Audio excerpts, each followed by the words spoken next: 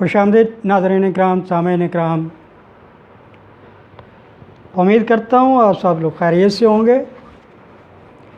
My best wishes praise always for you and remains with you. Topic शुरू करने से पहले रिक्वेस्ट करूँगा कि मेरे चैनल को प्लीज़ सब्सक्राइब करें, लाइक और शेयर भी करें। तालीमी आगाही प्रोग्राम है, ये एक चैनल है ख़ासकर कानून के हवाले से जो मैं इंफॉर्मेशंस पहुँचा रहा हूँ, ये आवाम तक, लोगों तक, to get the awareness regarding related to the law, legal informations.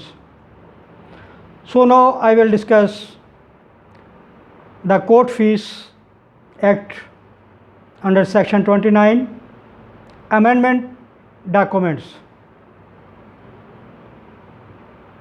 के डॉक्यूमेंट्स पे जब कोई अमेंडमेंट होती है उस पे कोर्ट फीस क्या लगेगी, कितनी लगती है। ये कोर्ट फीस जब हम कोई केस दायर करते हैं अदालत में तो उस पर स्टैम्प्स की शक्ल में हमें अदा करनी होती है, ऊपर चस्पा करनी होती हैं, फिक्स करनी होती हैं। All these fees are affixed on the papers which we are going to file a suit in court. Under section 29 Court Fees Act guide us explains for the amendment of documents that at that time is we repay the fees or not, कि हम जब amendment के लिए documents की करते हैं तो क्या हमें दोबारा फिर उस पर फ़ीस लगानी पड़ेगी। जो पहले उस पर फ़ीस हमने चस्पा की है, लगाई है, अदा की है, क्या वो कारआमद नहीं है। तो इसके बारे में सेक्शन 29 कोर्ट फीस एक्ट हमारी रहनुमाई करता है कानूनी तौर पे। Where any such document is amended in order merely to correct a mistake and to make it conform to the original intention of the parties, it shall not be necessary to impose a fresh stamp. Listen again please. Amendment and documents where any such document is amended in order merely to correct a mistake and to make it conform to the original intention of the parties, it shall not be necessary to impose a fresh stamp. कि जब उसमें कोई तब्दीली या amendment किसी गलती की वजह से होती है, उसको सही किया जाता है बोनाफाइडली, वो इंटेंशन या नीयत से, तो उस पर पहले जो हमें फ़ीस अदा करनी पड़ी है वही वैलिड होगी, कारआमद होगी। दोबारा फ्रेश या नए सिरे से दोबारा आफ्टर अमेंडमेंट हम स्टैम्प इम्पोज नहीं करेंगे, चस्पा नहीं करेंगे। ये कानून court fees act under section 29 हमारी रहनुमाई और वजाहत करता है। उसके बाद under section 25 collection of fees by stamp under section 3 or under Court Fees Act shall be collected by stamps.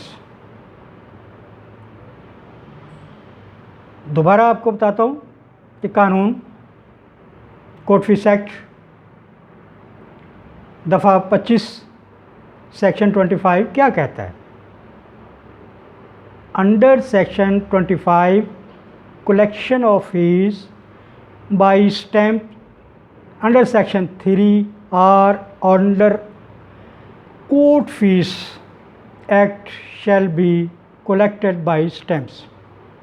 यानी जितने भी हम मुकदमा दायर करते हैं उन पेपर्स पे अपनी फ़ाइल में जो लगा के अदालत आलिया में पेश करते हैं, जमा करवाते हैं अपना केस, उस पे जो स्टैम्प्स लगती हैं वो कैश की सूरत में पे नहीं की होती,